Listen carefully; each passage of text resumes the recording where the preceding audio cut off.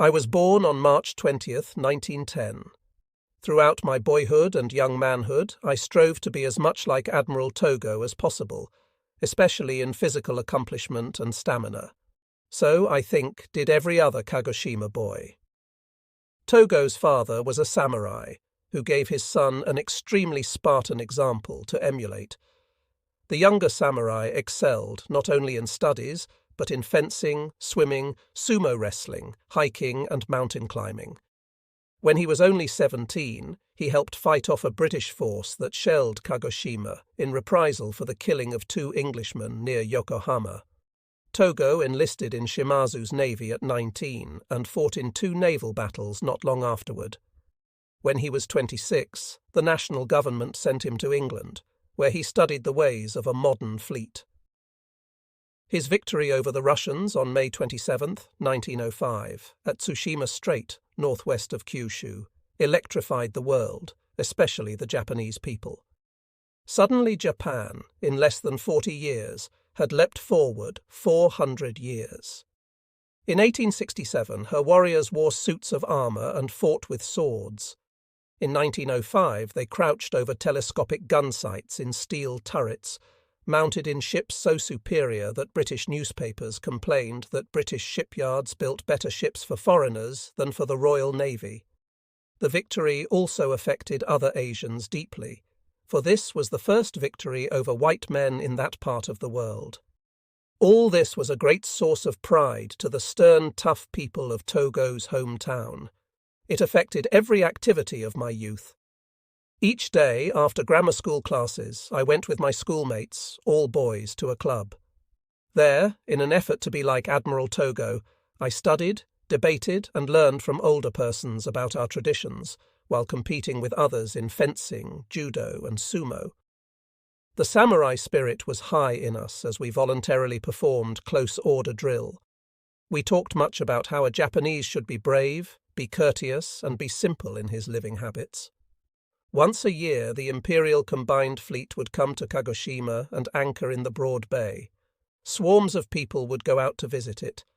When I was 11 years old, the mighty battleship Mutsu was its flagship, and I was much impressed with the shining brasswork, the gleaming steel decks, and the immaculate messing and berthing spaces.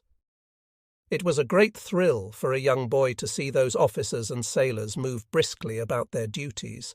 I visited the very peak of the forecastle, the tip of the battleship's bow, and laid my hand on the gilded chrysanthemum carried there, the symbol of Imperial Japan. At that moment I made myself a promise. "Some day, Zenji," I told myself, "you are going to serve in the Imperial Navy. You will be a crew member of this mighty ship, and you will again lay your hand on this glorious symbol." I was still a student in grammar school when some war-booty German submarines were exhibited at Kagoshima. My teacher visited one and actually made a dive in it. He told us many stories about that adventure and of what the German submarines had accomplished before their nation was defeated. This and the visit to Mutsu made me feel strongly that I wanted a Navy career. 2 other boys in my class were similarly influenced, Taro Ebihara, son of a retired rear admiral, and Shigeshi Kuriyama, son of a pharmacist. CDR Ebihara died on board a destroyer in the fighting for the Solomons. Litgar Kuriyama gave his life while skippering RQ-33, just about the time I put RO-101 in commission. I moved up to Kagoshima's middle school in 1922, a step that made my parents very proud. It was located in Kajiya-cho near Shimazu's castle. Only top students could enter this school, which had a reputation for scholarship going back 50 years to the Restoration period. Discipline was tight, the course difficult, and the athletic program very strenuous. I did pretty well in my studies, but actually excelled in sports. Included in the curriculum, which was much influenced by the samurai spirit universal among Kagoshima people, was military training, supervised by a pair of retired army officers. Under them was a major who inspired all of us, though he was very tough. He maintained high standards, demanded high performance, and talked often about the importance of both. The Washington Naval Disarmament Treaty of 1922 had caused Japan, like other nations, to make a radical reduction in the student bodies of its military and naval academies. "That is why now is the best possible time," this man would say to us many times, "for you to enter the military life. Before many years pass, men from the two academies will be the leaders of Japan's military forces, and those forces will again be much larger than they are now." Many years later, I would command a submarine rushing to this man's aid at Okinawa. There, American Marines and Army troops would learn what a strong and disciplined fighter he was, and pay for this lesson in rivers of blood. His name was Mitsuru Ushijima, his rank then Lieutenant General.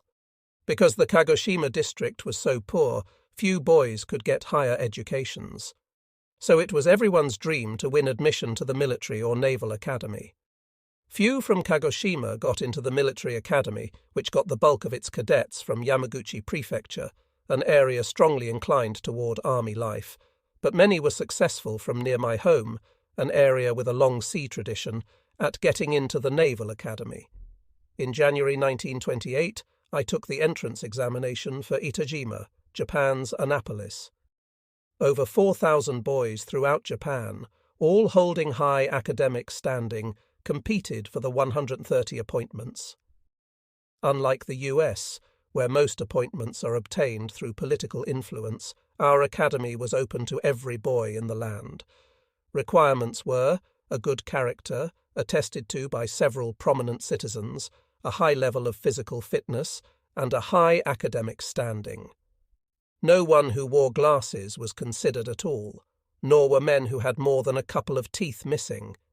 There was but one exception to the rules. Members of the royal family could enter, provided they passed the physical examination. They did not have to take the other tests, and some members of the royal family did matriculate at Etajima, including Prince Takamatsu, brother of the emperor. The physical examination was most meticulous, the written one very severe. There were tests on 8 different academic subjects, and the entire proceedings took a week. Then we all went home, nervous and irritable. All 4,000 candidates must have been impossible to live with during the next 2 months while they waited for the results. In spite of the tension, I enjoyed basking in the new attention given me locally. About 150 boys from Kagoshima took the examination that year, which in itself was a great honour. I found myself thinking that at least I had been allowed to take it, which would be some consolation should I fail to gain entrance.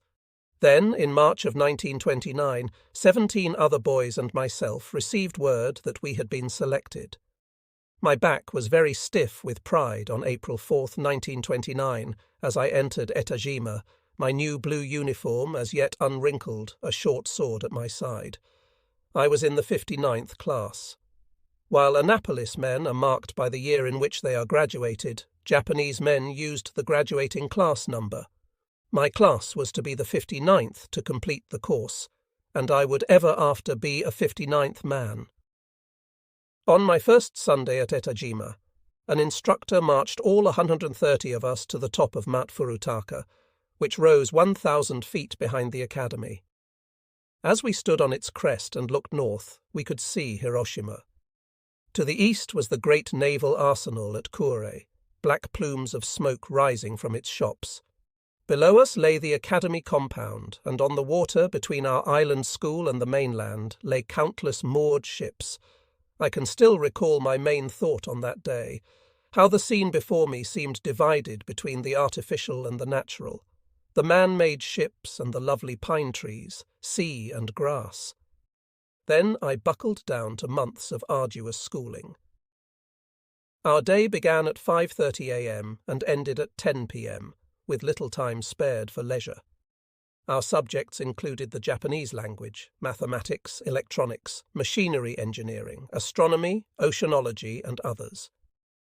In addition, we had the special naval subjects of gunnery, torpedoes, navigation, communications, and engineering. The English language was a required subject for every midshipman, and we also had to study one other foreign language as well. I chose French. There were 3 classes, the 57th, 58th and 59th in the academy when I started there, having about 120–130 midshipmen in each. We were organised both horizontally and vertically. The 59th, for example, was split into 4 divisions. I lived, ate, slept and studied with mine. There were, of course, 12 such in the academy, giving horizontal organisation within our own graduating groups. Vertical organisation was accomplished by dividing each class into 12 sections, a section of one class, say the 59th, being combined with sections of the 57th and 58th for all extra academic activities. Thus, a man in Class 59, Division 1, Section 1, went to class with Division 1 men, but when it came time for athletics, he participated with Section 1 men of the upper classes. This gave good balance and made sports highly competitive. It also helped men to become acquainted with those senior to them at an early date, rather than be segregated from them for 3–2 years, then have to meet them for the first time on active duty. Meals were simple. So were accommodations. We had one general sleeping room and one general study room for every 30 cadets or so. All midshipmen ate in one general mess hall, which had much room to spare because classes had been so reduced in number. Our only really free times were Saturday afternoons and from 8 a.m. to 5 p.m. on Sundays. The 2 half-hours we had free during the rest of the week were usually given over to some extra needed study. We could leave the compound on Sundays and go into the town of Etajima, but there was no kind of diversion there at all.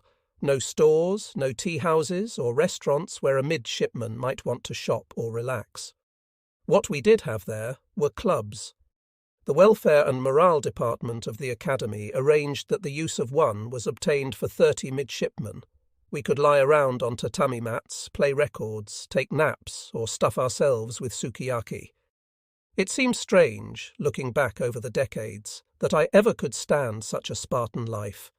Later, when I learned of it, I marvelled at how Annapolis men could have girlfriends and dates and dances, and sometimes a weekend of fun and pleasure. A 3-week winter holiday and a 4-week summer holiday was all the time we had off away from the academy. And even then, one's behaviour had to be most circumspect. A Japanese officer was socially acceptable anywhere, a most unusual thing in class-stratified Japan. It was a great honour to be one, or even training to be one, so one's manners and conduct had to be above reproach at all times.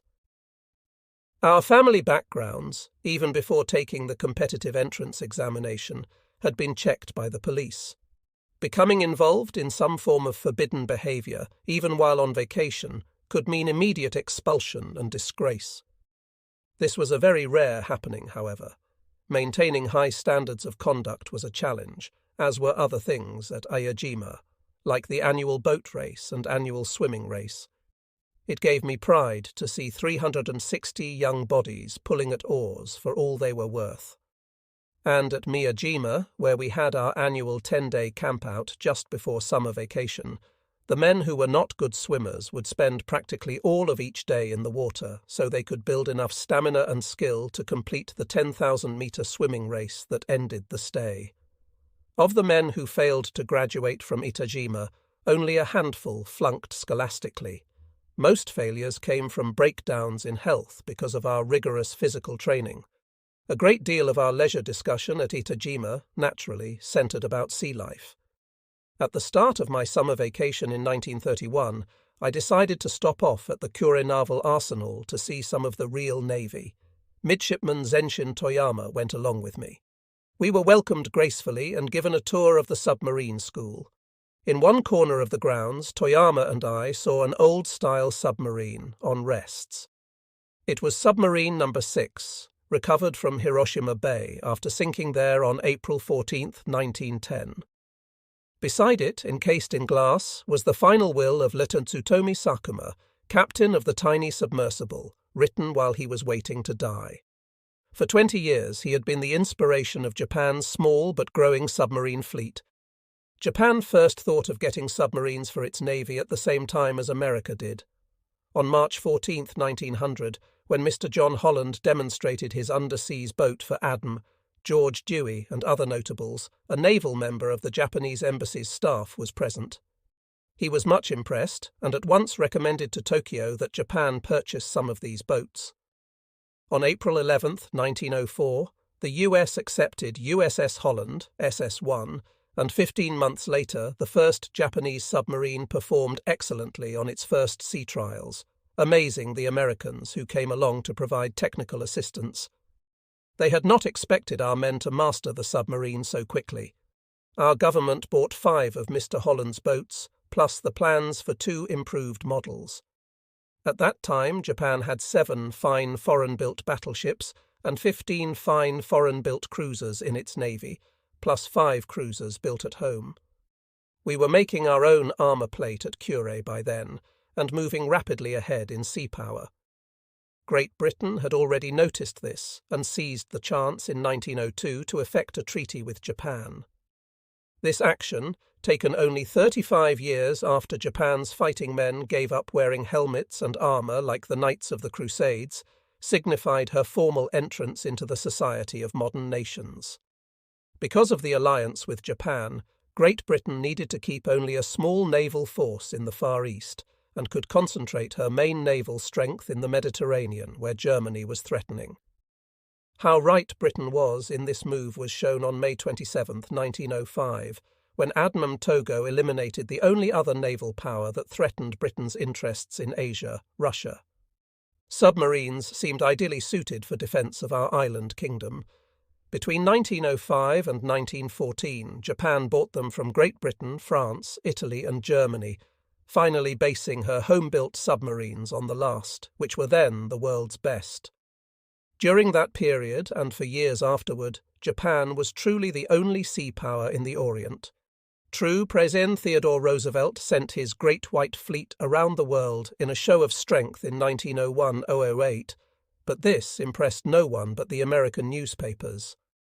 While the White Fleet cruised, Great Britain completed construction of HMS Dreadnought, which made Roosevelt's ships obsolete before they got home.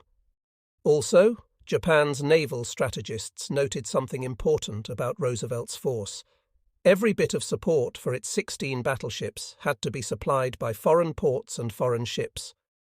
The Great White Fleet could not carry enough of its own fuel to fight a war with Japan. The White Fleet, in fact, because it could not even steam from Hawaii to Japan and back without refueling, dictated Japanese naval strategy for the next 30 years. This was based on defeat of an approaching enemy by catching him with his fuel depleted, far from his support bases. Our defence strategy meant defence, not attack, which accents how novel and daring it was for us to attack Pearl Harbor. On April 14, 1910, the year in which I was born, Lieutenant Sakuma took submarine number 6, our submarines had numbers only until 1923, out on special trials. He was experimenting with a forerunner of the famous Schnorkel, just as Mr. Holland had. Sakuma wanted to be able to operate submerged while his gasoline-powered engine breathed air from the surface. But his boat took a sudden dip and water flooded in through his crude air intake. Before it could be closed, submarine number 6 was so weighted down with water that it sank. When it was finally raised and the dead bodies taken from it, this memorial written by Lat Sakuma was found. It is regrettable that because of carelessness on the part of the captain of the ship, Sakuma himself, Orita, His Imperial Majesty's ship was sunk and the crew members are about to die. All hands remained at their stations and worked calmly as death approached them.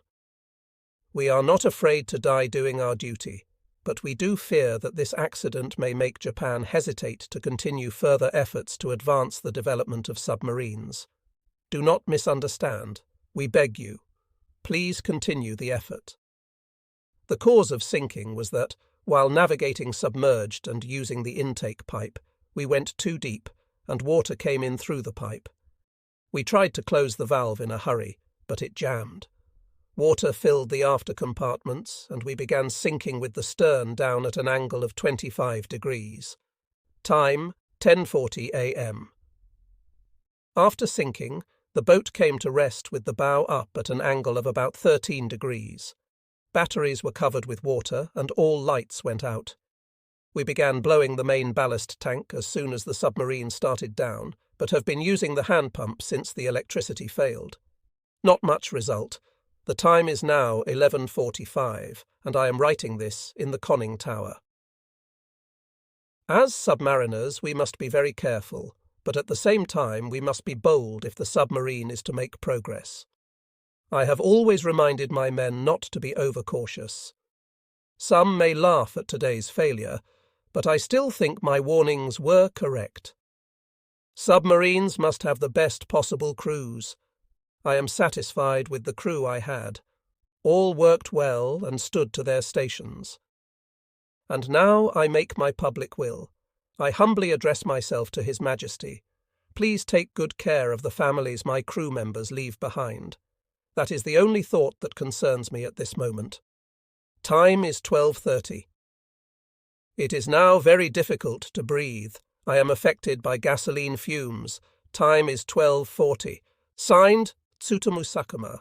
Toyama and I were very much moved by this memorial. A lot had been learned about submarines since Sakuma's death, and we both knew that a very simple safety device on his breathing tube would have eliminated the cause of his death. Still, his will exemplified what we admired most in Imperial Navy officers: courage, concern for subordinates, devotion to the Emperor, and calmness in the face of death. These were the marks of a true samurai. At that moment, we both decided that we wanted to be submarine men. We both eventually got our wish. While I studied at Itajima, the naval might of Japan grew. In 1928, the first Nachi-class cruiser was laid down, a ship superior to many of her foreign counterparts. In that same year, Japan completed the first of the Fubuki-class destroyers, of which she built 24 in the next 5 years. These displaced 1980 tons and could make the exceptional speed of 37 knots. At launching, they were the world's largest, fastest, and most powerful destroyers, with 3 triple torpedo tubes for firing 9 tin fish, plus 6 spare torpedoes, as their main armament. In 1930, the London Naval Conference was held. Our country was given parity with Great Britain and the US in cruisers. Japan laid down Mogami and Mikuma as light cruisers, bearing 15 6-inch guns each. This move made America and England hurry ahead with construction of light cruisers to offset these. The foreigners had no idea that the Mogami class would be pulled into shipyards years later and fitted with the 8-inch, longer-ranged gun batteries for which they had originally been designed. In 1931, 2 things happened that were of great importance to me. Japan began scrapping her old submarines. The old ones had to be scrapped so we could stay within the treaty submarine strength of 52,700 tons. And I graduated from Itajima. 9 submarines were laid down in 1931 as part of what was called the First Replenishment Plan. 6 were of the fleet type, I-68 to I-73, later given numbers 700 higher. 1 was a cruiser type, I-6, and 2 others were what we called medium type 2. They were RO-33 and RO-34. The larger submarines were intended to have a surface speed of 24 knots, in conformance with the strategic doctrine of having them engage an enemy far at sea. My 59th class graduated from Itajima on November 16, 1931, 2 months after the Mukden railway incident in Manchuria. This incident involved Japan in a war with China that did not end for 14 years. It only ended when we were defeated by the Americans. About the time I began my first training cruise in the old cruiser Asama, a veteran of the Tsushima battle, American Secretary of War Stimson announced a non-recognition policy toward the state of Manchukuo, which Japan had set up. My country was defended in her action by the Hearst Press in America, which pointed out to Mr. Stimson the similarities between Japan's acquisition of Manchukuo and the way the US had seized Texas from Mexico. Throughout the 30s, men of our Foreign Office often succeeded in enraging American diplomats by using terms of historic significance whenever speaking. Once was in December 1934, when Japan said she wanted naval parity with the US and Great Britain for prestige and manifest destiny. Mr. Cordell Hull turned livid at this, although men who held his very office 100 years earlier had often used the phrase to justify America's movement westward into the great prairie areas belonging to others. And Mr. Hull also became very upset when Japan declared a Monroe Doctrine for Asia, objecting to Western domination of China and asserting that she, Japan, was assuming sole responsibility for keeping peace in the Orient. Our Foreign Minister Matsuoka pricked American consciences too by stating, "Japan is expanding, and what country in its expansion period had ever failed to be trying to its neighbours? Ask the American Indian or the Mexican how excruciatingly trying the young United States was once upon a time. I am neither a politician nor a diplomat. I cite things like those above to show how the great naval powers succeeded only in alienating one another more and more during the 10 years preceding the Pacific War. Japan felt that she deserved a place in the Asia Sun because of the great strides she had made since 1868. Isoroku Yamamoto, our great admiral, put our country's position neatly at one of the disarmament conferences when, as a captain and a delegate, he objected to the 5-5-3 ratio, under which Japan was to have only 60% of the capital ships allowed each to England and the US. At one of the evening dinners given after day-long discussions, Yamamoto toyed with his fork and said, "Although I am smaller, I am not asked to eat only 2/3 as much." Among Japan's immediate observations after Commodore Perry forced open a door she'd kept shut nearly 250 years was that the Western countries profited greatly from the weak ones they entered. She did not intend to let it happen to her. During the 30s, she also felt that Great Britain, America and Holland were trying to close her in again, shutting her off from the modern age and all of its opportunities. In all dealings during the 30s, neither side would concede the least thing to the other. Instead, each concentrated more on inflaming the minds of its citizens than on making peaceful overtures and compromises. This eventually led the way to the awful Pacific War, for which all countries involved must accept a share of the blame. Such thoughts were certainly not in my mind when I stepped aboard Osama. Since 1902, when Japan and Great Britain signed a mutual defence treaty, America had been for strategic planning purposes our most logical enemy. And since Japan felt England had betrayed her at the 1922 Naval Disarmament Conference, Britain was from that time considered an ally of America rather than of Japan. My task in those days was simple, requiring no deep philosophical thinking. As a past midshipman, my job was to prepare myself to be commissioned an ensign, an officer prepared to defend his country against an enemy coming from the east. I looked forward eagerly to my first tour at sea. It proved to be disappointing. Shipboard life was not bad, but because of the fighting in Manchuria, we were looked upon with cold eyes when we made port in Korea, Dairen, Port Arthur, Tsingtao, and Shanghai. People on the continent had no love for my country. My second training cruise was a little better, although British authorities would allow no Japanese sailors to go ashore at Singapore. They didn't want us to get a glimpse of the great new base they were building there. At Manila we exchanged formal greetings with American Army and Navy men, but at Hong Kong the Chinese population raised such fierce opposition that the British refused us shore leave at that Crown colony. The South Seas, however, extended its traditional hospitality. We sailed completely around the continent of Australia, making stops at Fremantle, Adelaide, Melbourne, Sydney and Hobart in Tasmania. Our training fleet, under Vice Admiral Nobujiro Imamura, also visited Wellington, New Zealand. Official welcomes were stiff and formal, but private ones were something else again. Our first contact with a white nation made a favourable impression on us, chiefly because Rotary Club members in each port went far out of their ways to show us a warm welcome. We visited Truk, Saipan and the Fijis on our northward trip home. A very curious thing happened in Suva, the Fiji's capital.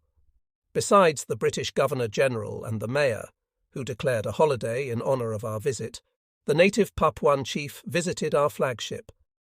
My classmate, Midshipman Minoru Yonehara, was assigned to escort the chief's eldest daughter around the Asama. This lovely girl spoke excellent English, but Yonehara's was somewhat halting because we had very little chance to practice our school-learned language, except on one another. The young lady became so absorbed in conversation with my friend, who stood 6 feet tall, remarkable for a Japanese in those days, and whose skin was almost as brown as her own, that she tripped over a projection on the main deck. It cut an ugly gash in her bare foot. Hotoke-sama, Yonehara, the nickname we gave the contemplative midshipman because of his Buddha-like characteristics, showed his gentlemanly breeding and training at once. He whipped out his handkerchief, bound the young lady's foot, and picked her up in his arms. He dashed for sick bay, where the doctor treated the wound. Then the visitors left the ship. On the very next day the chief's servant appeared on board, his face very serious, and asked to see Kaptegi Kasuya, CO of Asama.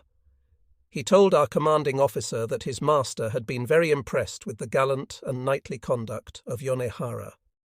The chief very much wanted the midshipman as a bridegroom for his eldest daughter. Captain Kasuya could not believe his ears. At first he thought it was simply the chief's method of expressing his appreciation of Yonehara's behaviour. He interpreted the statement merely as a very sincere compliment.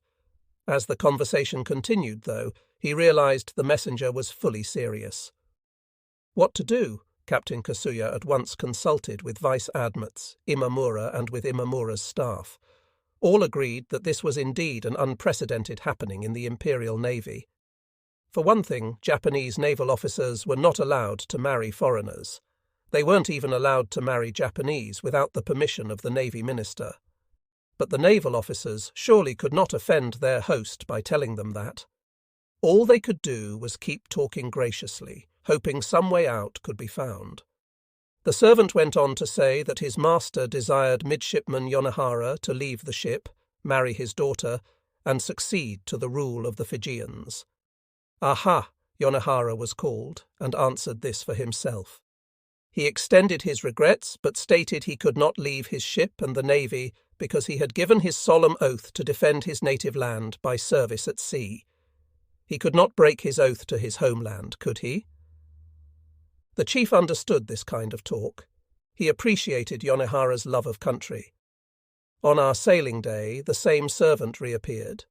With him he had a beautifully woven mat. "It is the gift of my master," he said. "Only a man fit to rule in Fiji may sit on it." After that, we no longer called Yonehara Hotoke-sama. We called him Wakashucho, young tribe master. One officer had been in favour of Yonehara's staying at Suva. He foresaw war with the whites one day, and felt that a Japanese man holding an influential position at Suva could be of great help and a source of valuable information in the future. Perhaps Yonehara might have been happy at Suva too. In true Japanese tradition, he was later to lose his life near the scene of this incident. We returned to Japan in July. The following month I was transferred to the heavy cruiser Haguro, a proud ship. Duty in the battleship Mutsu followed that, during which tour I was able to keep that boyhood promise to myself by touching her imperial crest, and was commissioned as an ensign. I then spent a year in destroyer Keiki before getting orders to submarine school, where I trained in RO-27, an 800-ton boat. I was to have duty in 5 more submarines, a cruiser and a destroyer before getting my own command, but I was well prepared for it by then, having served as navigator in I-7 and I-152, and as executive officer torpedo officer in RO-33, I-160 and I-15. Now, in 1942, I had my own ship, a fine new boat of 601 tons displacement, the submarine RO-1001. The RO-100 class of submarines consisted of 18 boats. All had been built as part of the Imperial Navy's 4th replenishment plan, originated in 1939 and revised in 1940. It included 1 sub of the I-9 class, 14 of the I-75 class, 10 of a new I-176 class, 9 of the RO-35 class, and 9 of our class. Our construction group was labelled Submarine Small and numbered from 100 so as not to confuse them with the fast production RO-35 class, which were a third again our size at 1,000 tons. The RO-100 class was to perform good service for Japan, although all would be lost during the war. Anxious to get her finished, I took over RO-101 while she was still under construction. Her length was 200 feet, her range 50–60 miles at 12 knots. All 4 tubes were in the bow, and she carried a load of 8 torpedoes. Top surface speed was 14.2 knots, underwater speed 8 knots. We had no deck gun, only a pair of 25mm machine guns forward of the bridge. RO-101's underwater endurance was 60 hours at 3 knots, and she could dive safely only to 250 feet. Though small, she was a good boat for short-range operations. I knew we'd see combat in her not long after she was finished. The RO-100 class was designed for the defence of the mandated islands. After Midway, it became more and more certain that fighting would move to that area. We had a base set up at Truk and another at Rabaul. I would be heading for one of them as soon as our shakedown training was finished. I was still overseeing details of RO-101's final construction when men in Washington, D.C. came to a decision that would make Solomons a fiery chapter in the world's history. Based on a report that an American aircraft had sighted airfield construction at Guadalcanal Island, the U.S. Joint Chiefs of Staff ordered the island's seizure before the airfield could be completed and used against U.S. forces. The 8th Fleet of Japan, called the Outer South Seas Defence Fleet, was activated at Rabaul on New Britain Island not long afterward. It was under Vice Admiral Gunichi Mikawa, who had led the battleship cruiser portion of the force that had attacked Pearl Harbor. Soft-spoken, intelligent and courteous, Mikawa was held in high esteem. To back him up and to oversee submarine operations against Australia, the 6th Fleet's headquarters was moved from Kwajalein to Truk. In the Aleutians, I-1 through I-7 of Subron II had moved up to relieve the boats that had gone there with the assault force in May. At home, a 5th replenishment plan had been altered somewhat. We called ship construction plans replenishment plans under the grand strategy of replacing our entire fleet with more modern vessels we hoped could cope with those of US and Great Britain.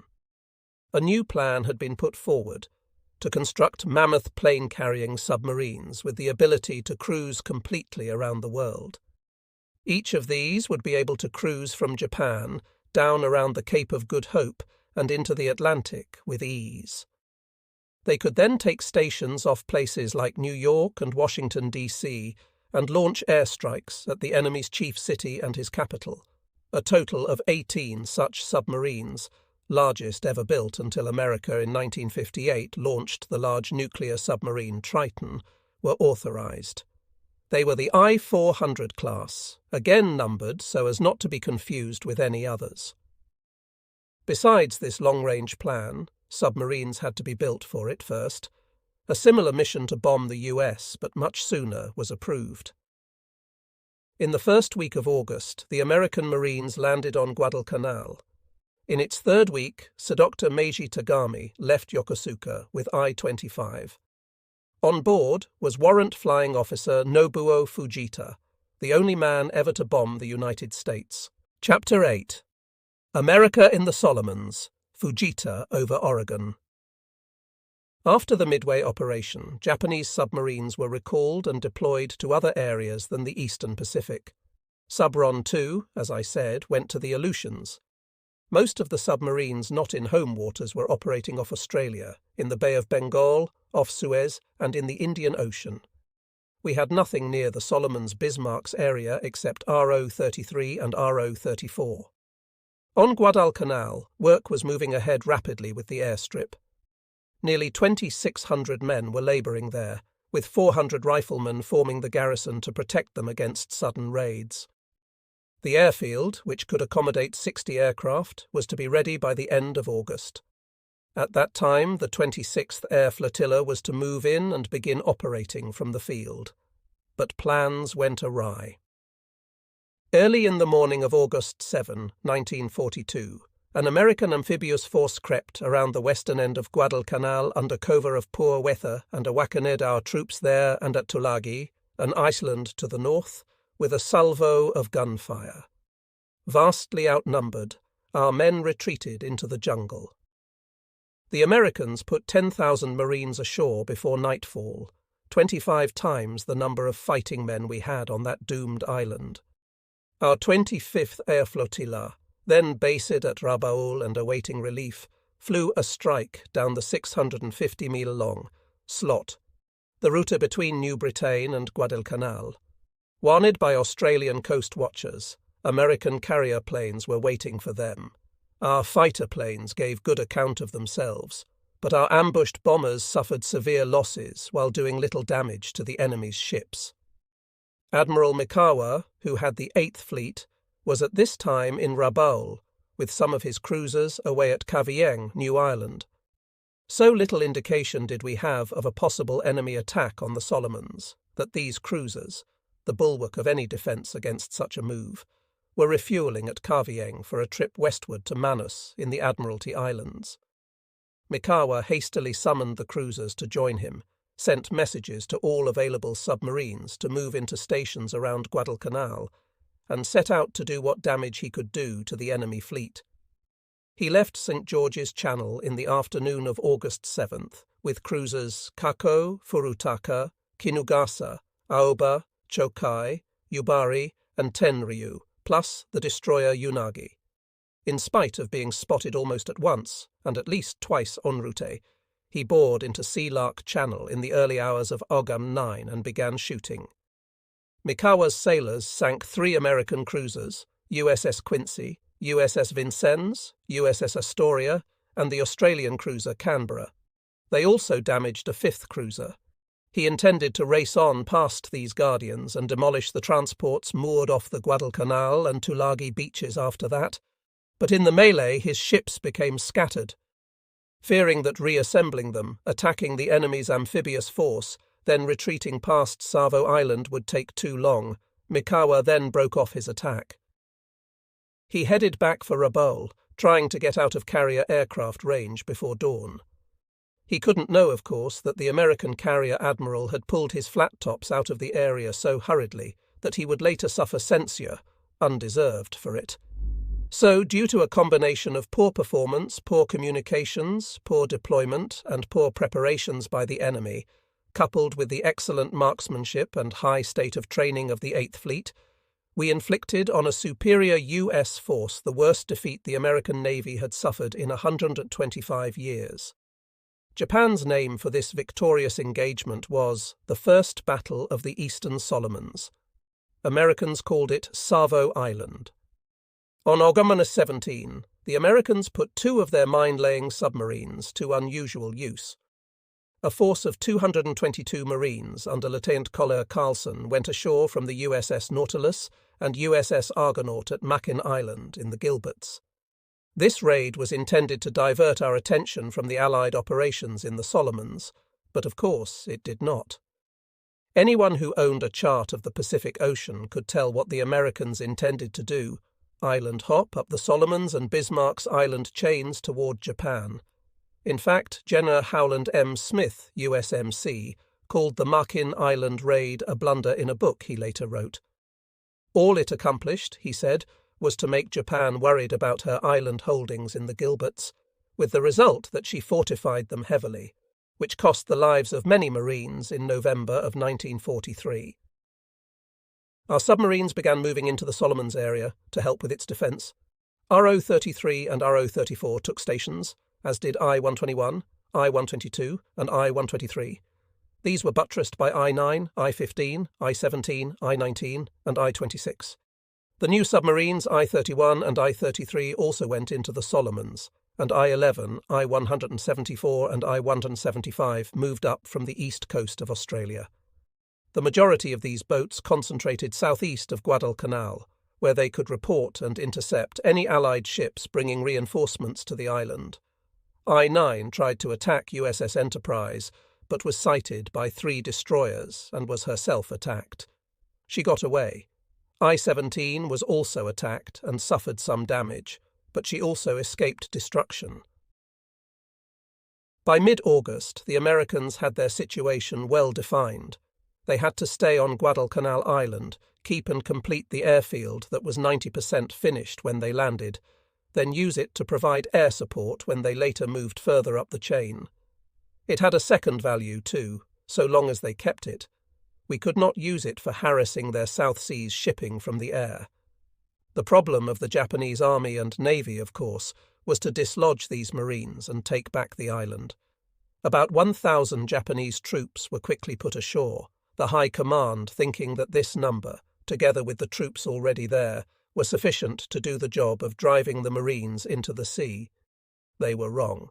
Marines outnumbered our forces very heavily at that time and very nearly wiped out the entire reinforcing group within 48 hours of its arrival. ADM. Yamamoto then decided to send in a larger force, while at the same time sweeping the surrounding seas of any enemy naval strength. On Truk, he had 5,000 troops, intended earlier for landing at Midway. He put about 1,500 of these in ships and sent them south toward Guadalcanal. To make sure they got there without interference, he dispatched a total of 3 battleships, 3 aircraft carriers, 12 cruisers and 25 destroyers to screen and defend them, as well as to sink any American ships that might try to interfere. The carriers were under Vice Admiral Nagumo. He split one of them, Ryujo, off from the force, sending her out as a decoy. While she drew American carrier aircraft to her, planes from Zuikaku and Shokaku would be free to attack the American flat-tops. Our battleships and cruisers were to dash in and bombard Henderson Field, the name Americans had given our airstrip, wrecking it and the planes stationed there. This would preclude any land-based counter-attack. Our land-based planes at Rabaul would also attack Henderson Field, after which our transports would go in and land troops. Our submarines gave early warning of the enemy, having sighted a striking force south of Guadalcanal, but our attempt to reinforce the island was turned back, with the loss of carrier Ryujo and destroyer Mutsuki. We also lost RO-33, I-123 and RO-61 within a few days, though I-123 was the only loss directly in the Guadalcanal area. She was scouting when on AUG 28, the old American destroyer Gamble, which had been converted into a mine layer, sighted her shortly after 8 a.m. The location was Indispensable Strait, a body of water separating the eastern end of Guadalcanal and Malaita. Gamble kept attacking with depth charges until noon. Litzeskirkder Makoto Nakai and all hands in I-123 were lost. During the final week of August, what Americans came to call the Tokyo Express began steaming out of Rabaul. Made up of groups of Japanese destroyers, it usually left in the afternoon, running along the north side of the island chain that day and most of the next. Then, on the second night out of port, it would make a high-speed run into the western end of Guadalcanal. It would land troops in the middle of the night and speed away northwestward to get out of range of American aircraft by daylight. Several thousand men were put ashore on Guadalcanal by this method between August 29 and Sept 7. While this was going on, Dr. Meiji Tagami's I-25 was cruising to a point off the Oregon coast, not far north of the California-Oregon border. On the morning of Sept 9, Tagami's aircraft pilot, Warrant Flying Officer Nobuo Fujita, was sitting on his bunk, cleaning his pistol in an effort to while away waiting time. Fujita was to do something no one had ever done before or has done since: bomb the United States. Fujita had been conscripted into the Navy from his home village in 1932, when our military forces began an extensive expansion program. He had been a pilot for about 9 years when the war started, with 3,500 hours in his flight log, much of it in combat over China. In 1935, he had been a test pilot with Litter Minoru Genda, helping check out experimental aircraft that later became our first-line planes. Fujita was promoted to warrant officer grade and ordered to duty on board I-23 in September 1941. He was transferred to I-25 a short time later and began intensive drills. During these, he was catapulted from I-25 at night and sent out to locate enemy forces composed of our own warships. He would approach these from the down-moon side and radio their positions to his mothership. He flew a Type 96 biplane with floats. This aircraft was a development perhaps peculiar to Japan, our Navy having considered the idea of mounting aircraft on submarines as early as 1922. The following year, a Heinkel U-1 was purchased from Germany and experiments began. 2 years later, in 1925, we had a plane of our own, developed from the German one. It was test-flown, using the mine-laying submarine I-121 as its sea base. Our plane was called Yoko Type 1 and was of unusual construction in that it was a biplane with no struts between its wings. Yoko could make 70 knots with its 80 HP engine, and its endurance was about 2 hours airtime. From this plane was later developed the Type 91 small seaplane. It was the one flown from I-5 in 1936 during fleet manoeuvres, though no catapult was used, the plane being lowered into the water for takeoff.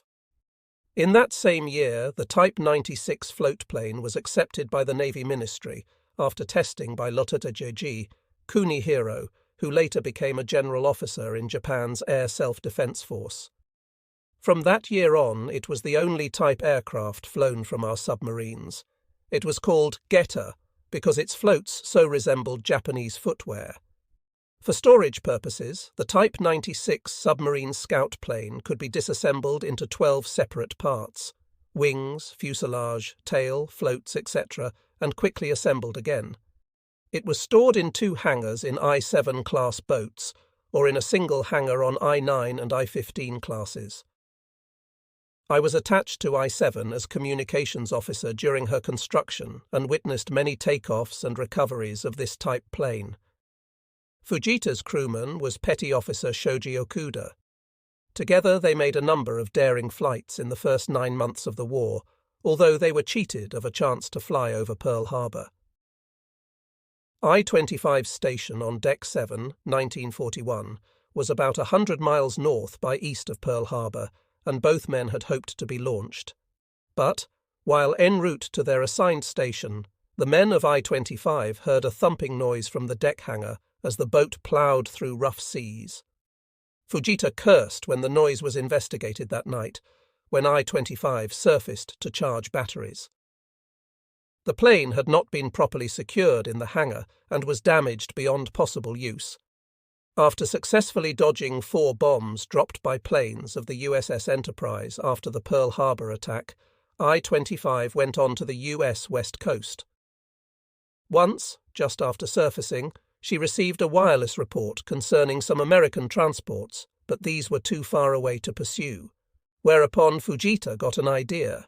He discussed it with his executive officer, Lotte Tsukudo. Up until that time, submarine-borne planes carried no heavy armament. If our planes were armed with bombs, Fujita told Tsukudo, I could search far ahead of the submarine. I could not only locate enemy ships for I-25, but also join in attacks to sink them. Tsukudo was entranced with the idea, and the two went on to discuss how submarine-launched planes might attack the Panama Canal locks, blocking reinforcement from the Atlantic of America's Pacific Fleet. Or they could hit American aircraft factories on the west coast of the U.S. Tsukudo finally suggested that Fujita put his ideas into writing and forward them up the chain of command. A simple, modest man, Fujita was too shy to take such action. The subject was dropped while I-25 patrolled in the eastern Pacific, where she sank the SS Emedio on Decada 19. But they did talk it over on the way back to Kwajalein. And when Tsukudo left the ship for Submarine Commander's School in January, he had Fujita's written suggestion in his pocket. I-25 then went into the southern seas for 6 weeks, during which Fujita made 6 flights over enemy territory without mishap, although he almost missed finding the submarine on one return flight. Sea Dr. Tagami helped him on that occasion by exploding a yellow smoke bomb. Fujita, far to the north of his submarine, saw this and landed safely beside her a few minutes later. During February and March, the float plane, with Fujita and Okuda in it, made reconnaissances of Sydney and Melbourne, Australia, Hobart, Tasmania, and Auckland and Wellington, New Zealand, piercing the Allied defences without problem. In late March, they flew over Suva, in the Fijis, and had an amusing experience. On the way in, their plane was sighted, and a blinker light challenged them. "What should I do, sir?" said Okuda through the voice tube. "Send something back to him," said Fujita. He didn't dare take immediate flight, for fear enemy pursuit planes would chase after him. "What shall I send?" asked Okuda, his blinker lamp at the ready. Fujita got impatient as well as worried. "Send him anything!" he shouted. That's what Okuda did. Holding his blinker lamp over the side of the plane, he sent ...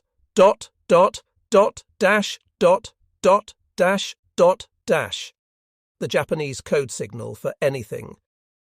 I-25 refueled at Truk and headed for Yokosuka, arriving there on April 5th.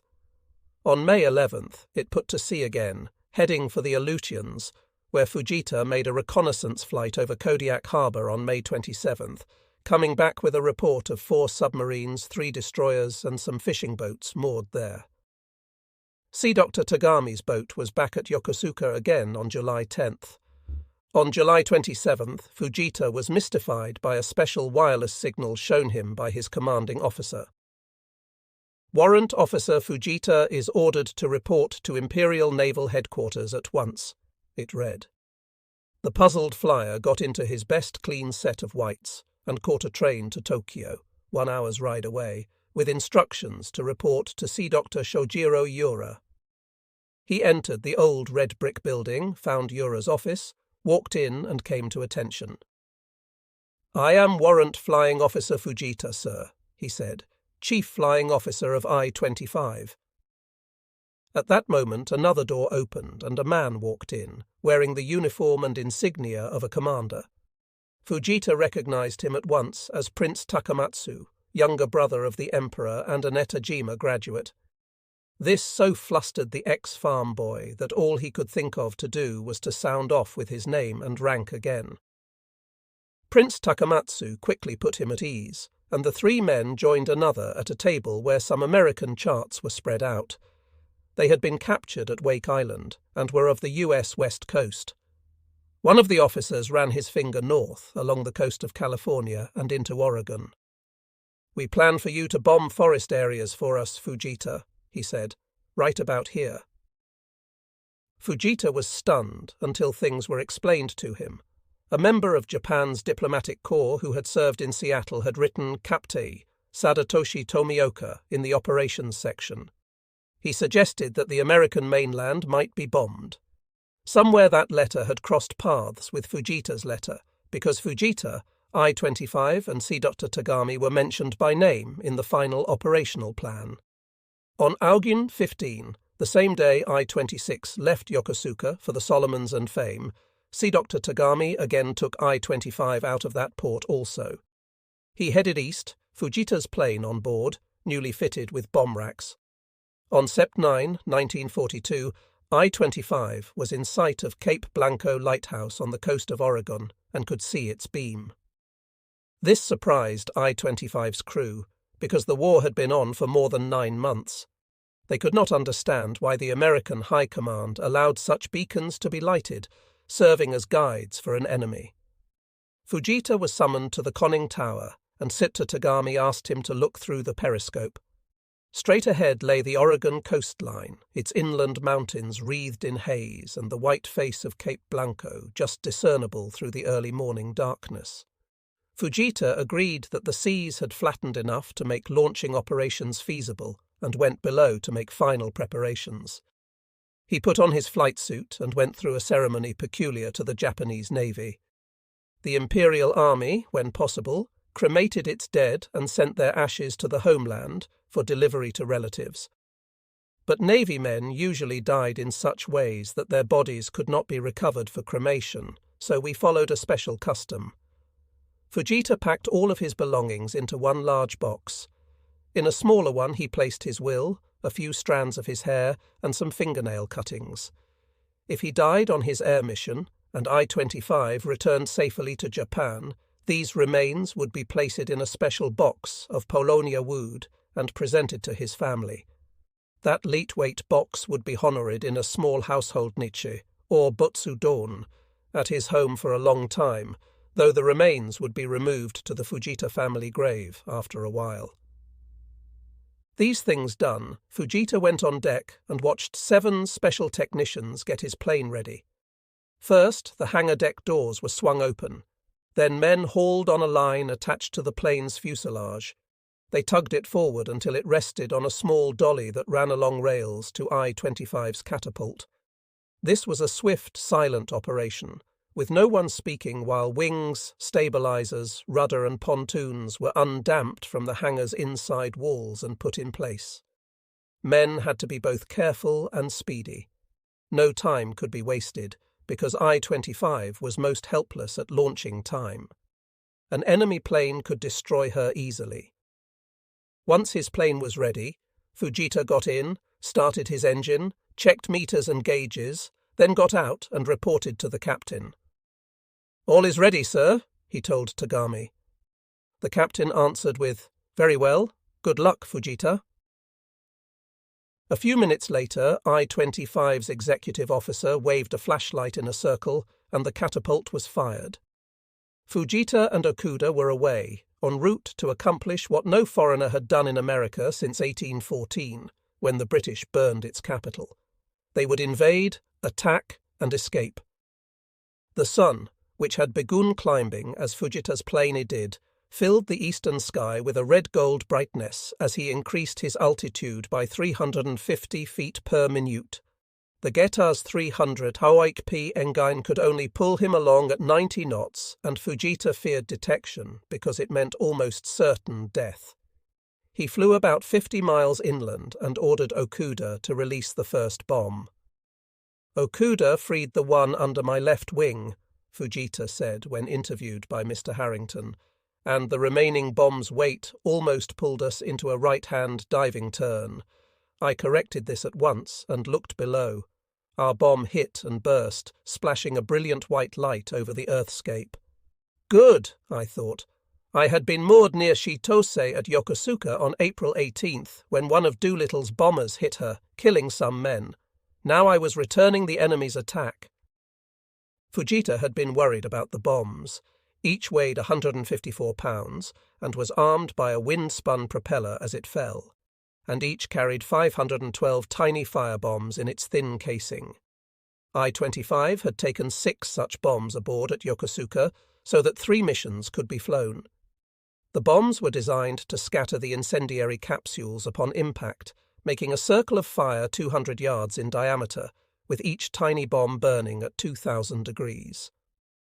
Planners in Tokyo felt that this was certain to cause tremendous forest fires, and gave Fujita specific orders to drop them in unsettled areas only, distant from inhabitants, so they would have a good start before firefighters got to them. It was hoped that large fires would spread panic in Oregon and other forested areas. Public opinion might be aroused, and a demand raised to pull back American ships from mid-Pacific operations to guard the shoreline against repeat attacks. I-25's pilot flew eastward for another 10 minutes and ordered the second bomb let go. Then he dived for the ground, levelling off at 100 feet and racing for the ocean, hoping to get back out to sea undetected. As Fujita passed over Capoblanco, he saw 2 American merchant ships, both heading north, a few miles separating them. Diving until the wave-tops almost brushed his pontoons, he passed midway between the 2, hoping neither would recognize his plane as Japanese. His procedure called for him to return to I-25 along a bearing opposite to that along which he had left her, but when he found himself far south of the submarine, he had to go back and approach her again, alternately swooping and climbing as a recognition signal. He was alongside the boat before long and reported the 2 merchant vessels to Tagami after he told him his mission had been successful. Crewmen were still disassembling Fujita's plane for stowage as I-25 built up speed to 18 knots for a pursuit of the 2 merchant ships. But the plane had barely been stowed away when out of nowhere dived an American plane. It dropped 2 bombs, which fortunately missed, and Tagami dived his sub to 250 feet, shutting off engines after arriving at that level. Throughout the day, his crew could hear the detonations of depth charges, all of them far away. After sunset, Tagami surfaced and ran north at high speed to clear the search area. Several days later, he picked up a wireless report from Tokyo. It told of intercepting a San Francisco broadcast describing how an airplane, presumably Japanese, had dropped incendiary bombs upon Oregon forest areas, causing some casualties and much damage to the woodland. I-25 sank SS Commercial Trader 2606 tons on September 16, about 40 miles from Galera Point Lighthouse, British Columbia, and Tagami made other attacks, not all of them as successful, before turning south. He planned to have Fujita make his second flight over California's Redwood Forest, east of Cape Mendocino. But the seas there were found too rough for flight operations, so on September 29, at night I-25 was back near Cape Blanco. Conductor Tagami hoped to fool the Americans by striking twice in the same general area, but making the second attempt at night. Lieutenant Kazuo Fukumoto, executive officer, once more waved his red-lensed flashlight in circles. Once more Fujita was catapulted eastward. The moon was in the northwest over his left shoulder as he raced in over the coast, dropped 2 more firebombs, and sped back out to sea. He missed I-25 on his return trip, so he went back to Cape Blanco Lighthouse to re-establish his bearings and tried again. This time he remembered to compensate for the same error in his simple compass that made him miss his mothership off Australia months before. Keeping to the southward of where I-25 was supposed to be, Fujita finally picked her up in the moonlight's path by sighting an oil slick she was trailing. Tagami took time to congratulate Fujita before ordering the oil leak found and repaired. Then he continued to cruise off America, hoping to find shipping targets and a suitable place for a third bombing attack on the mainland. On Oct 5, he sank the 7238-ton tanker SS Larry Doheny between Seattle and San Francisco. He hit another ship next day, but it limped safely into port. On Oct 10, he sank SS Camden, 6653 tons, off Seattle. This left him with but a single torpedo remaining. At that point he told Fujita that the Americans would be too alert for another air attack to be successful, and turned I-25's bow west. He fired his final torpedo at a pair of submarines the next day. They were on the surface, about 500 miles west of Seattle, moving side by side. The range was very short, less than a half mile, and Tagami reported a sure kill on his return to Japan. The US, right up until long after the war was over, denied losing a submarine on that date in that area. Even the famous American submariner and author, Captain Edward Beach, concluded that Tagami was mistaken. Beach wrote that it must have been USS Grunion, lost on July 30, 1942, that Tagami must have sunk during I-25's second of the 3 patrols she made along America's coast. Time proved Tagami correct, though it took 19 years doing so. In 1962, it was finally revealed that there had been a submarine sunk by I-25, on that date and at that place. But it was not American. It was Russian. Perhaps Russia did not want to admit that her submarines were visiting a country with which Japan was at war, while Japan and Russia had a non-aggression pact.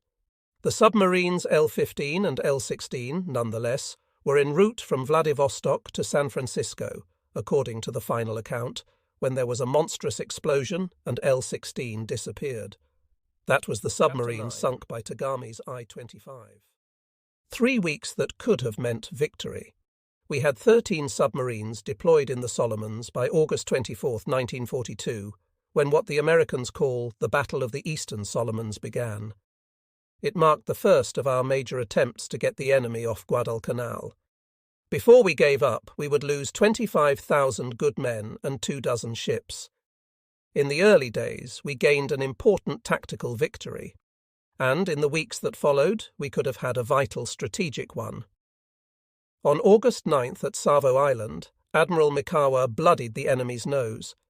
He sank the American cruisers Quincy, Vincennes and Astoria, and the Australian cruiser Canberra, while also damaging 3 other warships before he retreated. Foreign writers made much of his leaving the scene at his moment of great victory, but only one, Richard Newcomb, has spelled out in detail how poorly the Americans and Australians fought that night. In spite of having great superiority in forces plus radar, and the advantage of having located Mikawa's ships only hours after they left Simpson Harbour, Rabaul, the enemy, took a terrible beating. Nearly 1,100 of them lost their lives, while Mikawa's losses were 1/20th of that number. Mr. Newcomb rightly titled Savo Island a debacle. After smashing the enemy group of ships located south of Savo Island, Mikawa ordered a turn made to engage the force north of it.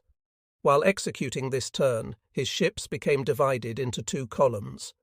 This error helped in one respect, because the second enemy force was trapped between these 2 columns, and Mikawa's men actually had 2 more enemy ships under fire before their captains could be gotten out of bed. But the division also caused his ships to be scattered. At 2:15 a.m. he was ready to go in, unopposed, against the transports off Tulagi, but didn't dare. It would take an hour to get his ships gathered back into column formation and another 2 hours to reach Tulagi and polish off the transports. That would see him still in Sealark Channel after 5 a.m. He knew that carrier-type aircraft had defended against the airstrike from Rabaul 2 days before, and feared losing all of his ships to an attack by them. Though he was criticised by the High Command at once and by foreign writers later, Mikawa was right in withdrawing. How was he to know that American carriers had already fled the area? Mikawa's victory put fear into the enemy. The transports that had brought US Marines to Guadalcanal also made a hurried departure. The amphibious craft's commander felt they were defenceless after Mikawa's sinking of 4 heavy cruisers that were supposed to protect them, so he sent them away while they were only half unloaded. This left some 20,000 Americans on Guadalcanal with ammunition for 5 days of battle, but food enough for only 3. For the next 3 weeks, the only enemy ships that dared poke their bows through Indispensable Strait or Sealark Channel were high-speed destroyers converted to transports. Meanwhile, the American Marines learned to eat Japanese food, having found stores of rice and canned food we had stockpiled on the island. 9 of our submarines were south and southeast of Guadalcanal by August 24th to act as sentries and interceptors. They sighted and reported the enemy force of 3 carriers, plus a battleship with cruisers and destroyers, moving up to stop the Japanese southward thrust from Truk. Our subs made no kills, though. In fact, I-17 and I-19 barely escaped destruction during this battle. The decoy carrier Ryujo served her purpose. She was sunk, but not until she had drawn the bulk of the enemy's carrier planes to her. Zuikaku and Shokaku were able to launch their strikes without trouble. Japanese aircraft hit the battleship North Carolina and also caused heavy damage to USS Enterprise. The carrier had to retreat to a southern base and was out of action for 2 months. 1 American flat top was temporarily scratched. Added to Lexington, sunk at Coral Sea, and Yorktown, sunk at Midway, that made 3 enemy carriers that could not be employed against us. We knew that the carrier Ranger was in the Atlantic, and we had information that the carrier Wasp was on her way to the Solomons. That left only 2 American carriers opposing the Imperial Navy, of the 7 that started the war against us. They were Hornet and Saratoga. Our forces were still making moves to the south and west of the Solomons, although not major ones. Troops moved into the Gilberts, New Guinea, and Ocean Island. In the Solomons, 2 submarine commanders were cruising, looking for a chance to hurt the enemy. Both got their opportunity. CDR Minoru Yokota had won himself honours on the very first day of the war, sinking SS Cynthia Olsen off the coast of America after scouting the Aleutians. Yokota took I-26 out of Yokosuka on the same day I-25 had headed out to bomb America. He arrived in the Solomons shortly thereafter, his patrol station southeast of Guadalcanal. On the morning of August 31st, he raised his periscope and saw before his eyes a submariner's dream. There on the surface were a carrier and a battleship, escorted by cruisers and destroyers. Shortly before 8 a.m., Yokota worked into an excellent position, having run right up to the edge of the destroyer screen. He launched a full spread of 6 torpedoes at the aircraft carrier. I-26 was spotted by the US destroyer McDonough almost at once and had the terrifying experience of feeling the enemy's bottom scrape her superstructure as it passed over her. Depth charges were dropped, but they failed to explode as I-26 dived. Some American had forgotten to set the charges. I-26 was still plunging downward when crewmen heard 2 giant explosions. The enemy American carrier had been hit. Then followed nearly 12 hours of dodging, creeping, stopping, maintaining silence, then trying to creep away again. Yokota reported the American anti-submarine tactics as being very poor, which may later have given some of our submarine captains too much confidence. A number of them were sunk while emulating Yokota's action and trying to penetrate screens of large US task forces. Meanwhile, USS Saratoga, already hit once in the war by I-6 in January, again had to move out of the combat theatre. She stayed out of it until the end of November. In the jungles of Guadalcanal at this time, battles were raging between the American Marines and our troops, who never reached sufficient strength in numbers to achieve anything. Our commanders had not yet realized that it would take at least a full army division to make any headway against the enemy's vast numerical superiority. They were feeding in troops, a few hundred at a time, and the US Marines killed many off as soon as they landed. Neither side at that point, September 1st, had the right composition of forces. On shore, our troops could fight only a holding battle, until enough reinforcements arrived to make possible a mass attack on Henderson Field. This crude airstrip was the key to the overall campaign. Whoever could hold and exploit it would control both the island chain and the surrounding seas. All the American strength at that time was daylight strength. US carrier aircraft could cover the waters around Guadalcanal and perhaps 100 miles up the slot and protect the ships and troops below them, but only while the sun was shining. American pilots did not have the skill necessary for night carrier operations, so the seas belonged to Japan during the hours of darkness. Our ships, loitering at the extreme of American carrier Planirang, would start a high-speed run-in as soon as the sun set to discharge loads of troops, ammunition and supplies. They might also lob a few shells into the Henderson Field area to damage enemy planes and further fatigue enemy troops. All that the Americans could do at night was dig in and wait for the morning. I-19 and I-31 made shore bombardment runs on an enemy seaplane anchorage during this period. On September 6, 1942, I-11, in an effort to repeat I-26's feat, crept up on a screen surrounding USS Hornet. CDR Tsuneo Shichiji fired torpedoes at her. A hit appeared positive until an alert enemy pilot spotted the oxygen-driven weightless torpedo and dropped his load of bombs in its path. Their explosions caused enough turbulence to make the torpedo run erratically. It missed. The top Japanese submarine commander of World War II was Sea Dr. Takaichi Kanashi of I-19. He was in command of the obsolescent I-162 when the war began, operating off Malaya and in the Indian Ocean. When he got back to Japan, he had 6 enemy ships to his credit, totaling about 40,000 tons. Then he had some bad luck, getting to station off Midway, like the other boats of Subron 5, too late to sight any enemy. He might still have made some kills, but Adam. Yamamoto had not thought to summon that patrol line of submarines westward until it was too late.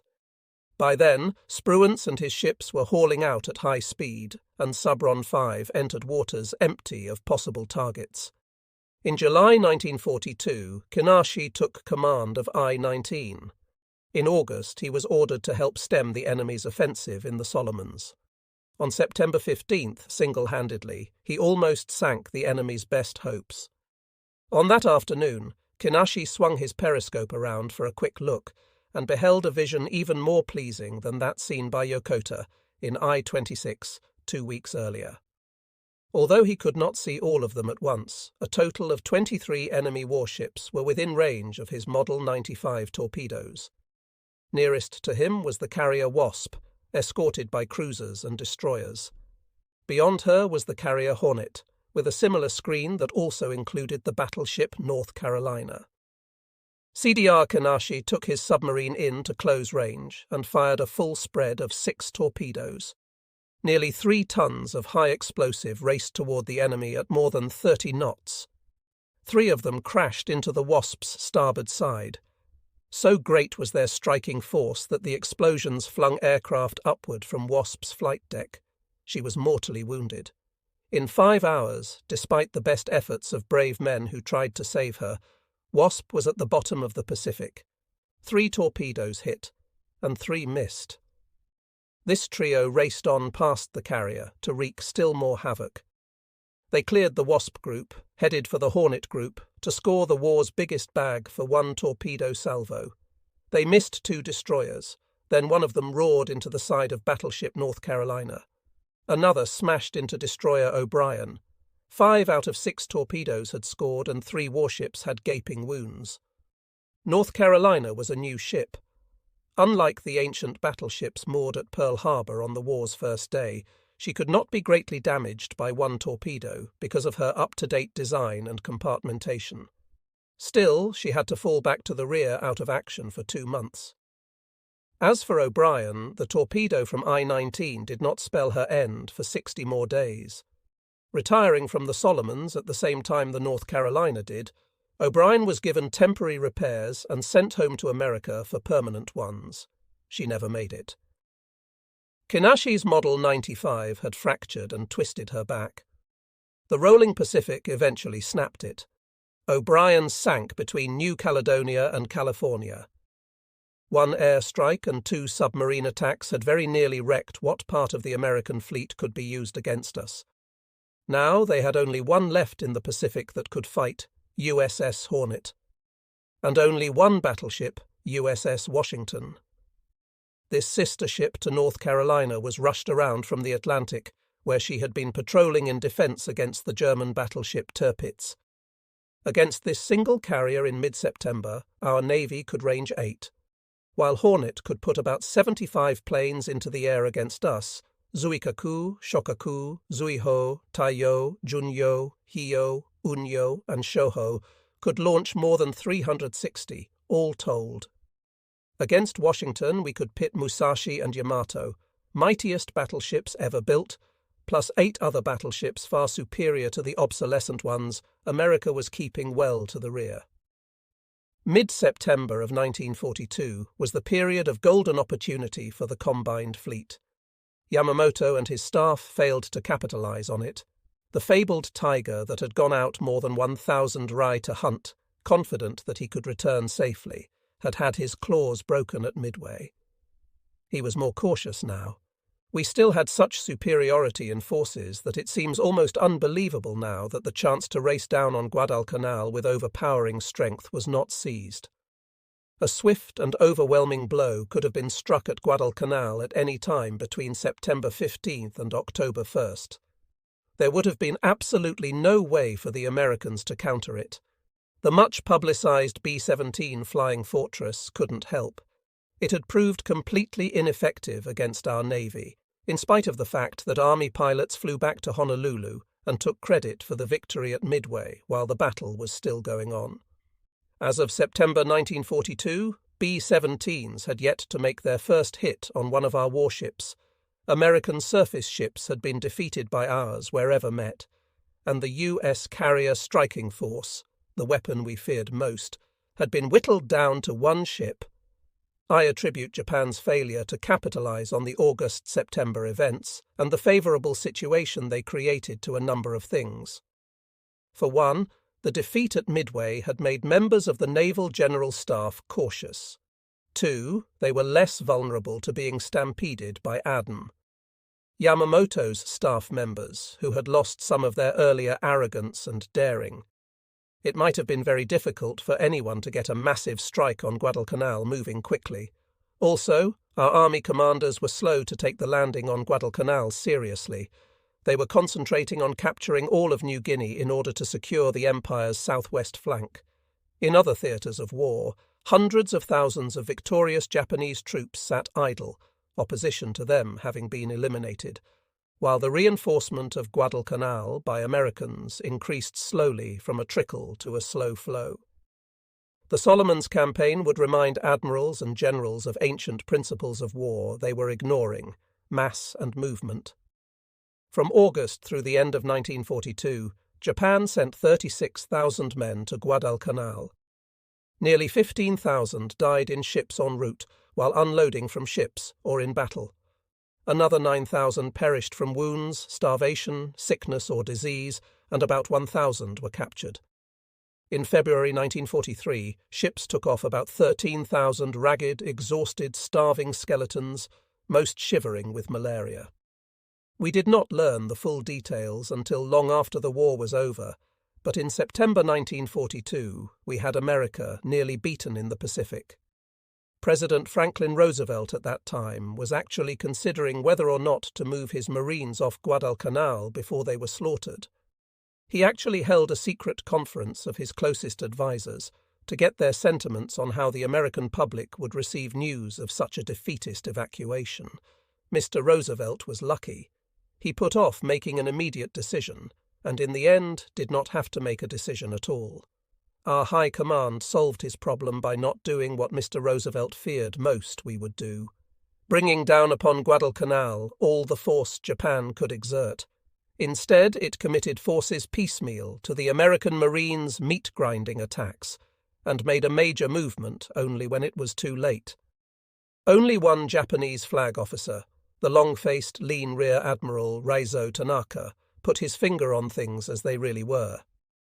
In one of his reports, this king among destroyer men wrote, "Gradual reinforcement of landing forces by small units is subjecting all of the troops involved to the danger of being destroyed bit by bit. Every effort must be made to use large units, all at once." For this and other expressions of disgust with higher-ups, Rear Adam. Tanaka was beached. One of the most effective fighting men in our history was yanked out of the Solomons campaign and sent to Burma, where he spent the rest of the war in command of a naval base. Hero of Java Sea and Tassafaronga, plus many successful runs of the Tokyo Express, Tanaka was forced to spend the rest of the war well behind the lines, out of action. Early in October, I-26 left Rabaul for a patrol in the Solomons, where she acted as a floating fuel station for some of our flying boats. Crews of these slow-flying, long-range monsters did an excellent job of keeping an eye on American ship movements, but almost always at the cost of their own lives. It seemed that no sooner did one of these planes report an enemy than up would come a speedy fighter and shoot it down. A Japanese flying boat did not have much chance against the enemy, unless there were thick cloud banks handy. A number of enemy pilots fattened their kill scores on these ponderous amphibians. Just before I-26 left Rabaul, Lieutenant Masai Maruyama landed on Guadalcanal with 10,000 men of the 2nd Army Division. These men came from Java, with a stop at Shortland Island Base, about halfway down the slot from Rabaul. The army had at last become concerned about the Solomons, sending off troops a month and a half after the Americans landed there. Little use existed for these troops in Java after their swift victory there. The native population had cooperated excellently. One of the main reasons the Dutch evacuated the island so quickly was the great native hatred for them. No Dutchman dared retreat to the hills for guerrilla fighting, for fear natives would betray him to the Japanese. Javanese willingly loaded hundreds of ships with materials destined for Japan. 2 submarines were lost in October. First was I-30, Cedar Endo's boat, which had gone to Germany.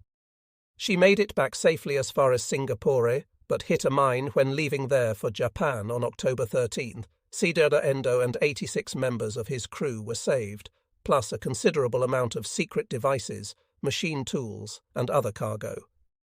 The other sub, lost near the end of the month, was I-172, commanded by Lieutenant CDR Takeshi Ota.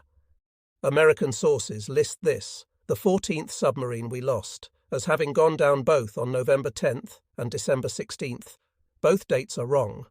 I-172 left Rabaul for patrol on October 12th. She was last heard from on October 28th, and I believe she was lost operationally. We lost a number of submarines operationally during the war, usually from accident rather than enemy action. As the war wore on, American anti-submarine patrols grew very intense. A submarine dared not surface for long, chiefly because of the enemy's excellent radar. Some of our submarines were trapped in patrolled enemy areas, or had to dive to escape attack. In either case, they had to remain submerged for very long periods. Then, with crewmen exhausted from long stays underwater with their air becoming foul, an error would occur for which all would pay with their lives. Also, an enemy ship or plane might drop depth charges and have no time for further attack. It would leave that area without knowing how seriously the submarine might have been damaged. Later, that damage would worsen and she would sink. I am also sure that certain enemy units have been erroneously credited with sinkings of Japanese submarines and other ships and planes, caused the deaths of submarines for which they did not get credit. I know of several cases like the first and was involved in one of them myself. USS Taylor, a destroyer, was credited by the US with sinking I-25 in the Solomons on July 12, 1943, at 8 UOS 157-19E. That is not correct. The Taylor attacked my submarine that day, and not I-25. I escaped, an experience of which I will tell later. As for I-25, she was not sunk until 6 weeks later, and in an area far south of where USS Taylor was cruising. Our O-65 was the 15th submarine to be lost in the war. Under Letter Shoichi Egi, she sank accidentally in Kiska Harbour, Aleutians, on November. 4. All hands were lost. Even had they been able to use the Momsen lungs, which few commanders kept on board after the war began, I think the icy water would have killed them before they could have been picked up. The 16th submarine lost was my old boat, I-15, of which Siddhartha Nobuo Ishikawa was still captain. Ishikawa had nearly hit USS Washington with a torpedo on October 27th, 3 weeks after leaving Rabaul, but it exploded prematurely without completing its run. This sometimes happened with both the Model 95 and the Model 93. The last time I-15 was heard from was on November. 3. She was sunk 1 week later, on November. 10s. The USS Southard, an ancient four-stack destroyer converted to a minesweeper, was heading for Guadalcanal with a load of ammunition and food. At 2:30 a.m., one of her lookouts sighted a submarine on the surface. This leads me to believe that I-15 must have been just arriving at the surface after a submerged run and had not yet gotten her lookouts to their posts. I doubt whether any American ship during the war, using visual means only, ever sighted a Japanese man-of-war before being sighted herself. We had the world's best trained and equipped lookouts, most of whom received some kind of reward from their captains when they made a sighting that led to a victory. Our lookouts employed powerful binoculars in their work too. Japanese lookouts during the Battle of Savo Island helped Vice Adm. Mikawa slip between 2 American sentry destroyers, both of which were equipped with radar. The destroyer minesweeper transport opened fire. I-15 dived. A 10-hour search and attack period followed, during which many depth charges were dropped. The last barrage of these hit their target, causing I-15 to pop to the surface like a wounded whale. American gunners finished her off. There were 2 sea battles in October. Americans call the first one the Battle of Cape Esperance. It took place off the western end of Guadalcanal when an American force of 4 cruisers and 5 destroyers tried to stop Rear Adm Aritomo Goto from reinforcing the island. We lost cruiser Furutaka and destroyer Fubuki in this clash while sinking the U.S. destroyer Duncan, but our transports got through. Goto died, but his men, despite the advantage given the Americans by radar, did well. They damaged the destroyer Fahrenholt, put the cruiser Salt Lake City out of action for 6 months, and hurt the cruiser Boise so badly she was out of action for more than a year. Boise had to go all the way to the east coast of the U.S., where over-eager newsmen gave her a reputation all out of proportion to what she deserved. She had seen so little on the 26th and 27th, with only one of our submarines scoring a success. This battle stemmed from another major attempt to recapture Guadalcanal. The thousands of men we had by then put on the island were to make an all-out attack and seize Henderson Field. At the same time, a task force sent down from Truk by Adem. Yamamoto was to sink any sea resistance offered. This attempt was unsuccessful because it was made after our great opportunity had passed. It was launched after the enemy had passed his critical period and recovered.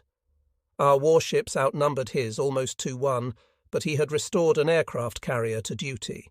That and another damaged 2 of our aircraft carriers very badly. But our planes hurt USS Hornet so badly that she had to be sunk by her friends to avoid capture, and USS Enterprise was again damaged. Once more we had left the Americans with only 1 carrier operating in the Solomons area, but our golden chance had gone. From then on, time worked against us. America repaired her ships faster than we could ours, and added new ones to the front lines at a phenomenal rate. Japan, in this battle, also lost all possible chance of restoring air power balance. She never after came near regaining the air advantage. Our surface ships had to operate in the Solomons with practically no sky cover. I-21, trying to pierce the USS Enterprise screen, succeeded only in torpedoing USS Porter, a destroyer the Americans later sank. During the second week in November, there was another great sea battle in the Solomons. Again, it centered around a land attack on Henderson Field, followed by a sea attack. Again we failed, both ashore and at sea. The Americans lost 2 cruisers and 7 destroyers in this 3-day battle. Japan lost 2 battleships, 1 cruiser, and 3 destroyers. Our forces had to fall back on land and at sea. On November 13, our sea doctor Minoru Yokota helped build the reputation of I-26 still more. He was southeast of Guadalcanal and sighted 5 enemy ships, all headed south. They were the cruisers Juno and San Francisco, with destroyers Sterett, O'Bannon and Fletcher. All but Fletcher had been damaged in battle and were heading for repair facilities in the Mu Hebrides, chief base from which the enemy operated against Guadalcanal. I-26 was picked up on sonar and attacked, but Yokota still pressed in. Shortly before 11 a.m., he fired a full spread of torpedoes. These missed San Francisco but got Juno, which blew up and sank almost immediately, taking nearly 700 men with her. An American motion picture made about 5 brothers who died in this action shows it occurring at night. Actually, it happened in broad daylight, under conditions very favourable to the enemy surface ships. What the Americans call the Naval Battle of Guadalcanal ended on November 15th. Japan was to make no more major sea attacks on Death Island. That day marked the actual turning point of the Pacific Naval War, not the Battle of Midway. By the time our High Command made up their minds to do something, Henderson Field was completed by the Americans and operating effectively, a launching point for attacks on our ships and a safe haven for American carrier aircraft that were damaged or had lost their way. From November 15, 1942, Japan was purely on the defensive. Only Japanese submarines tried to interfere with American supply movements to Guadalcanal after November 15th. 3 of them, I-16, I-20 and I-24, were assigned to launch midget submarine attacks on the enemy transports, which moored off Lunga Point to discharge their cargoes. Commanders Kaoru Yamada, Takashi Yamada, and Hiroshi Hanabusa had these 3 submarines. They sent a number of midget submersibles against enemy ships after creeping through heavy destroyer and PT boat screens. They claimed a total of 7 sinkings in these operations, and 3 midget pilots were lost: Latamiya JG, Yasuaki Mukai, Latamiya JG, Hiroshi Sato, and Latamiya JG, Tomio Tsuji. Lost with them were petty officers Kyuguro Sano, Shinsaku Iguma, and Tamaki Tsubokura. I have, however, been able to confirm only one success for them, the American cargo ship Alchiba. She was hit on November 18th, but the enemy saved her by beaching her. She was later repaired. By mid-November, we had over 15,000 troops on Guadalcanal. They had to be sustained if another all-out try to retake the island was to be made. But our destroyers and transports had suffered so many losses supplying these men that on November 16th, in Tokyo, a major new decision was made. Since the enemy had control of the air, which gave them control of the sea's surface, submarines would supply our troops on Guadalcanal. Submarines were to load up at Buin, on the island of Bougainville, outside the range of enemy planes at Guadalcanal, at the rate of 1 boat per day. They would then proceed to Makino Point, at the western end of Guadalcanal, and unload ammunition, medicines, and provisions. 1 submarine could carry 2 days' provisions for our forces. A meeting was held on board 6th Fleet flagship Katori, at Truk, to discuss this new order. Submariners opposed it vigorously. How can submarines carry out their foremost mission, attack, they asked, when we are forced into this stupid kind of work? The arguments waged hot and long, for quite a while before Admiral Komatsu raised his hand and called for silence. "Word from Tokyo," he said, "is that our army troops under Lieutenant General Harukichi Hyakutake are starving on Guadalcanal. They used the last of their rations several days ago. More than 100 men are dying from hunger daily. Many of the rest are eating grass. Very few men are fit for fighting. What are we to do? Let our countrymen starve to death in the jungle? We must help them, no matter what sacrifices must be made in doing so." That ended the discussion. All present were aware of the value of Guadalcanal. Each skipper realized that the supply job, though it would radically reduce the overall effectiveness of our submarine force, had to be done. There was no more complaining. What submarines were available were ordered into Rabaul and placed under command of Rear Adm. Hisao Mho. Then began the Mogura operation, so named because it operated like moles do, slowly and out of sight. I-176, under Lieutenant Yahachi Tanabe, made the first successful transport run to Kaminpo Point. I was to learn much of these operations personally.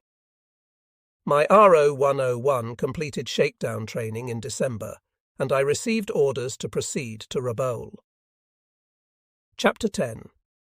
Mogura Operations. 3 more submarines were lost before my RO-101 got into the southern seas. I-22 was caught by an American PT boat near New Guinea on November 12th. Seadeotter Chinao Narizawa, her new captain, was lost with all of his crew, and on December 9th we suffered the first casualty suffered by the underwater Tokyo Express. She was I-3 under Cedar Ichiro Togami. She departed Shortland Island, east of Bougainville, on December 7th with a load of provisions and medicines, and also carrying a Daihatsu landing craft, lashed to her deck, the aftergun being removed to make room for it. She was attacked by an American torpedo boat off Cape Esperance 2 nights later and sunk. All hands were lost. The third casualty was I-4 under Lieutenant CDR Toshitake Ueno. When high officials decided to supply Guadalcanal via submarine, they also included New Guinea, where the same problem, heavy enemy air coverage, had to be overcome. Also, it was not very far from Rabaul to where our forces on New Guinea were fighting. Ueno took I-4 out of Simpson Harbour on December 19th and headed for Buna.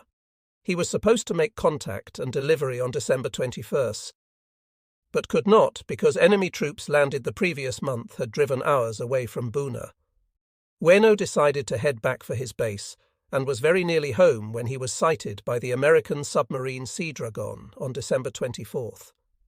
The Yankee boat was able to make 2 big reports when she returned from her war patrol, the sinking of an I-boat and the successful performance of an underwater appendectomy.